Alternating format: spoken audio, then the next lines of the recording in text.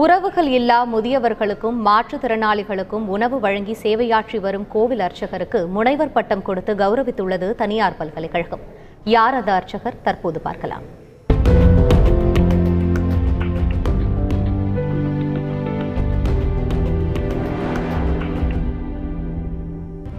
வேலூர் மாவட்டம் குடியாத்தம் புவனேஸ்வரிப்பேட்டையில் வசித்து வரும் பாபு சிவம் கடந்த 11 ஆண்டுகளுக்கு முன்பு ராதிகா என்பவரை திருமணம் செய்த நிலையில் தற்போது வரை குழந்தை பேறு இல்லை.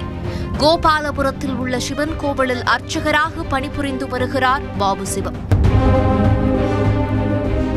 வசதி வாய்ப்புகள் இல்லாமல் வாடகை வீட்டில் வசித்து வந்தாலும் உணவின்றி உறவின்றி கஷ்டப்படும் முதியவர்களுக்கும் மாற்றுத்திறனாளிகளுக்கும் சுமார் 10 ஆண்டுகளாக சொந்த பணத்தில் உணவு வழங்கி வருகிறார்கள். தினமும் வீட்டில் உணவு சமைத்து அதை பொட்டலங்களாக தயார் செய்து அர்ச்சகர் பாபுவும் அவரது மனைவி ராதிகாவும் இருசக்கர வாகனத்திலேயே சென்று வழங்கி வருகின்றனர். கொரோனா காலகட்டத்தில் சுமார் 10 மாதங்கள் தொடர்ந்து இருவேளையும் இயலாதோருக்கு உணவளித்து வந்தனர்.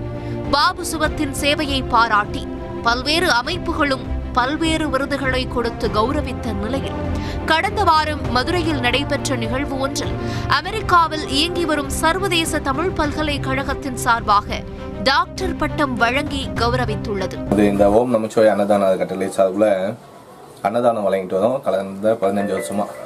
இந்த கொரோனா காலத்தில் சிறப்பாக செயல்படுறதுக்காக சர்வதேச தமிழ் பல்கலைக்கழகம் நமக்கு டாக்டர் பட்டம் வழங்கி கௌரவித்துவம் பண்ணியிருக்கு. பாபு சிவத்தின் செயலை பல்கலைக்கழகம் மட்டுமல்லாமல் குடியாத்தம் பகுதியில் உள்ள பலர் பாராட்டி வருகின்றனர். சமூகம் மீது அக்கறை கொண்ட பாபு சிவத்தின் சாதனை வாழ்வை குடியாத்தம் பகுதி மக்கள் பாராட்டுகின்றனர்.